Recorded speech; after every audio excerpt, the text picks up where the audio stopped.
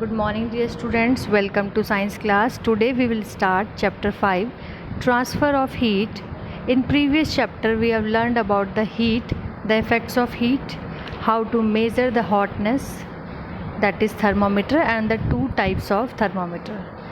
Now in this chapter you will be able to learn about the flow of heat and the different modes of transfer of heat, what is conduction, what are insulators, conductors, and you must understand the convection and the formation of convection currents and the natural phenomena taking place due to convection. So for that you must know that heat always transfer from hot body to cold body, means from higher temperature to the lower temperature. I will give you an example, like in kitchen when we cook food, so we give heat to the utensil first and then we put the vegetables or pulses, whatever we want to cook. So from this we will observe that heat is transferred first to the utensil and then to the food item, right? So heat is flowing from one object to another, that is called transfer of heat, right?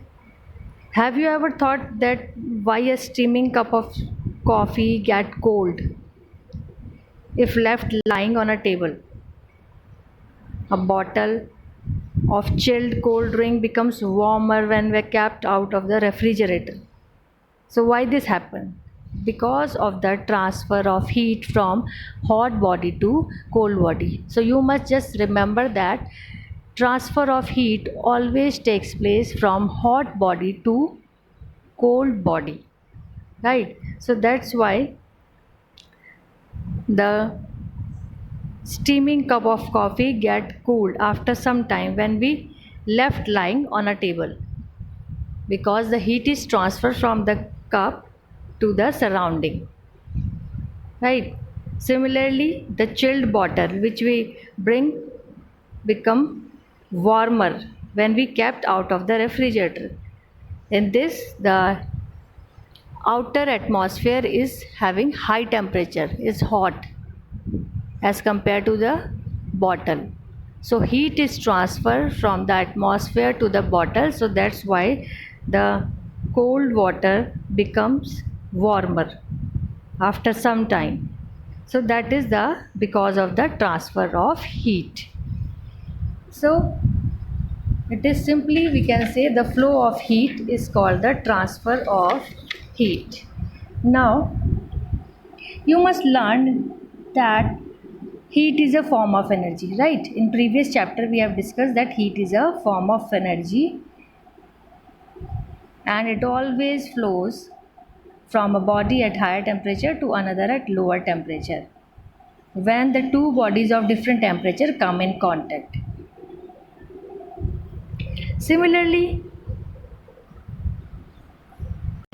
now there are three modes of transfer of heat. Modes means ways of transfer of heat, that are conduction, convection and radiations.